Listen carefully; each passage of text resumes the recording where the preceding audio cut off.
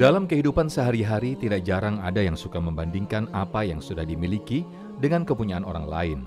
Sehingga potensi bersyukurnya malah hilang, ujung-ujungnya malah mengeluh. Terlebih bagi seseorang sudah melakukan banyak ketaatan, tetapi hidupnya masih tidak ada perubahan. Memang ada saja yang tidak melakukan ketaatan, tetapi rezeki dan karir pekerjaannya lancar, yang malah menimbulkan iri dengki bagi orang-orang yang kurang bersyukur. Lantas bagaimana Islam melihat persoalan ini? Dan bagaimana memberikan solusi agar kita bisa bersyukur dan ikhlas dalam ketaatan? Langsung saja kita simak ulasannya kali ini. Selamat menyaksikan.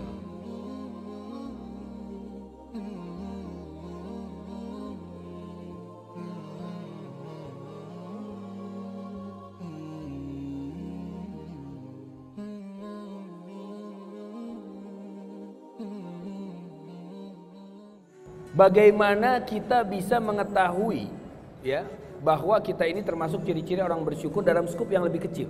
Karena bisa jadi begini, ada orang-orang yang sudah diberikan nikmat pekerjaan oleh Allah, malah kemudian pekerjaan ini malah melalaikan dirinya dari ketaatan kepada Allah atau istidraj.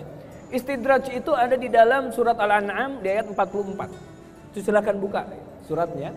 Surat Al-An'am di ayat ke-44.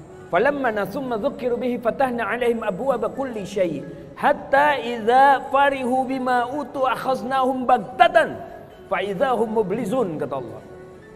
Maka apabila ada seseorang yang mana dia itu sudah diberikan nikmat oleh Allah, tapi dia malah lupa kepada Allah, lihat janji Allah, Allah akan bukakan pintu-pintu kenikmatan dunia seluruhnya bagi dirinya.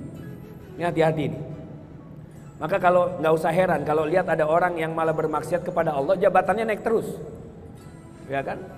Naik lah. Padahal ini orang nggak pernah sholat, padahal ini orang nggak pernah melakukan ketaatan. Padahal ya Allah, saya baru lihat kemarin mobilnya ada di depan panti pijat.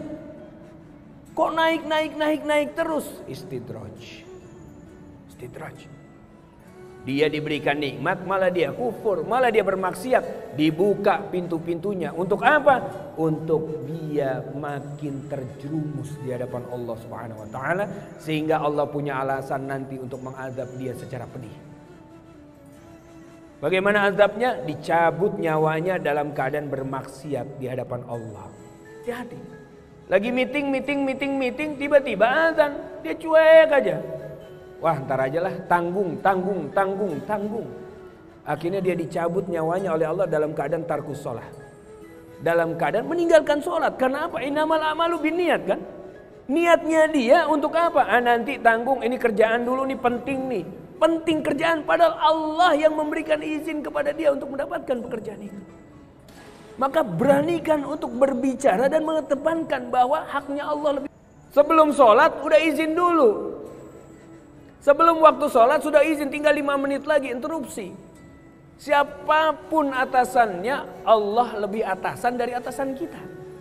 Bahkan atasan kita saja mintanya sama Allah.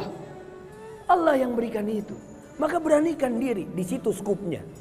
Untuk menyatakan bahwa kita adalah orang-orang yang bersyukur. Gak usah khawatir. Karena Allah jamin kok rezeki kita dijamin. Dijamin. Usia kita 4 bulan. Di dalam kandungan ibu kita. Inna ahadukum yujma'u khalqihi fi batni ummihi 40 yawman nutfah.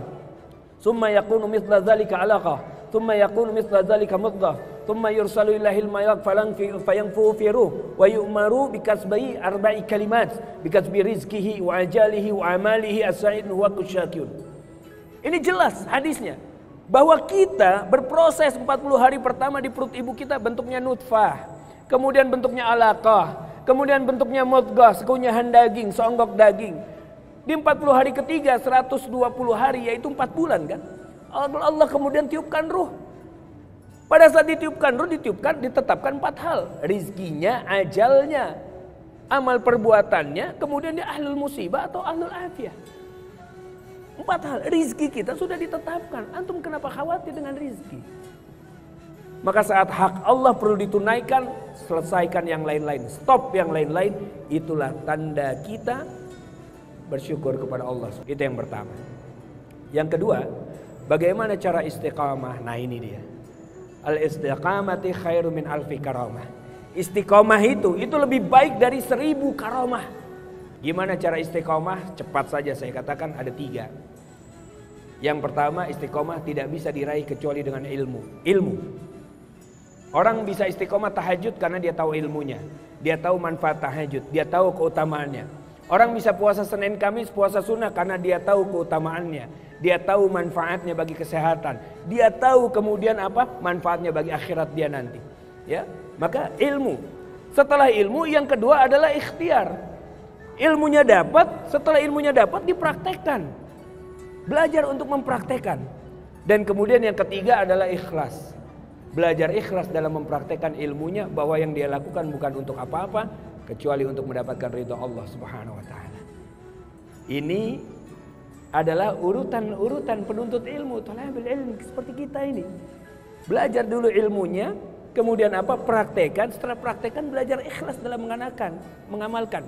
Wa ma umiru illa liya'budullaha mukhlisina lahud-din hunafa, kata Allah.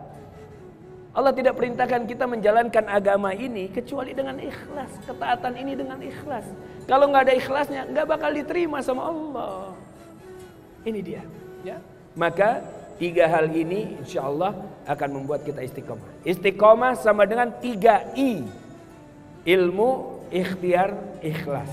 Khalas. Mudah-mudahan bisa dipahami insyaallah. Wallahu a'lam bishawab. Syukur dan sabar. Syukur dulu baru sabar. Iya. Lebih baik kita memilih untuk bersyukur terlebih dahulu, kemudian apa? Baru bersabar terhadap ujian-ujian yang ada.